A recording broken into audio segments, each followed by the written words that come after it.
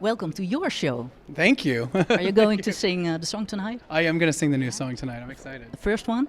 It's not. I thought about putting it at the beginning of the show, and then I realized that the tempo, it needed to come a little bit further into the show. But it's in the first part of the show. Yeah. Okay, I accept it. Okay, okay. Listen, I work at a radio station, Radio 2, and we've got a music chart, the Top 2000. It's called the Top 2000. And last year, one of your songs was in that chart. Ghost Town? Of course, Ghost Town. Yeah, your biggest hit in Holland. Which song should be on that chart this year, do you think? Your all-time favorite? Oh, what other besides my songs? All-time favorite of all time or of this year? All time. Oh God, I don't know. That's a big question. I know. know.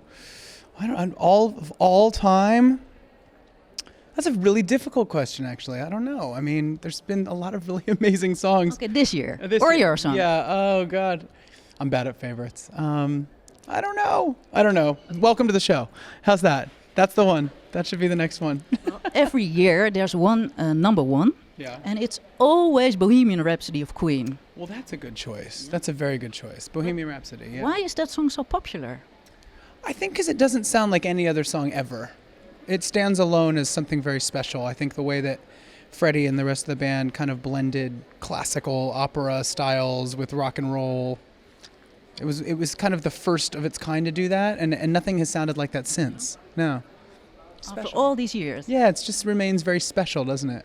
Yeah. We're in Europe, and in Europe, Robbie Williams is a very big star, and he wants to sing with you. I heard that. Is it going to happen? Please tell me. I don't know. I mean, I heard about that last year, and I was very flattered. I love Robbie Williams. I think he's awesome. So I don't know. You never know. Something could happen. But I think it's a perfect match because he's a stage animal as well, just like you. So do it, okay? That's my advice. I'll try. Yeah.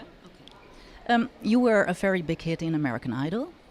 My favorite moment was maybe your Middle Eastern version of Ring of Fire. But then the face of Randy Travis. Oh, that was very great. I love that too. Yeah. I knew that was going to be a little bit odd singing for a true country person. And I was like, well, and to this day, I'm actually really proud of the way that turned out as well. I've looked back on some of my performances on the show, and some are, I have to be honest, some are very shaky and not so perfect. Oh, but which one? There's a few that were a little shaky, but Ring of Fire was actually very, very, it worked out really well. I was really happy with the way that performance turned out. You were really hot. Thank you. But you were really a pro already on American Idol, especially your stage presence. Thank you. Do you think it was of the experience of the Zodiac show, maybe? I think it was probably because of years and years in musical theater. I've always been on stage. So I think I went into American Idol feeling comfortable being on stage and putting on a show. Some of the other contestants who are also very talented singers were probably not used to being on stage as much. So I think that was a bit of an advantage for me. What's your next step? Well, I'm going to keep making music because I love it. I love it so much, and my fans want it. So I'm going to keep giving it to them.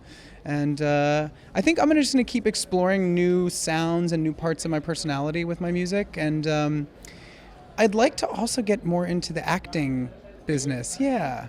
In a movie or theater? Yeah, maybe movies and TV. I'm kind of newly in love with being on camera. Have you already got an offer? Well, I've done a couple TV things. I just finished a week filming in Canada for Rocky Horror Picture Show, where they're doing a remake for Fox Television.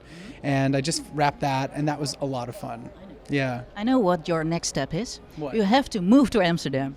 This is one of my top 5 cities in the world that I love. Really? Yeah, this is definitely, every time I come here, I'm like, yeah, I love it here. And I do see myself living here at some point. We are the gay capital of the world. And it's everybody here is so nice and friendly, like genuinely friendly, not fake, but like very friendly, easygoing. The city is beautiful. It just seems that people have like a good understanding of like the good life here. But when we talk about gay rights, is there a huge difference between Holland and America? I'm sure it's a bit more progressive here, yeah. I mean, I would think. I think Holland seems to have kind of left a lot of their prejudices and fears behind a long time ago. Maybe a little ahead of the curve, So you aren't going to cancel the show like Bruce Springsteen? No, I don't think there's any reason in Amsterdam to cancel. I think I'm excited to see the fans tonight. I always have fun when I'm here on stage. I'm excited to speak to you. Thank you very much. Thank you. Break a leg. Thank you. NPO Radio 2.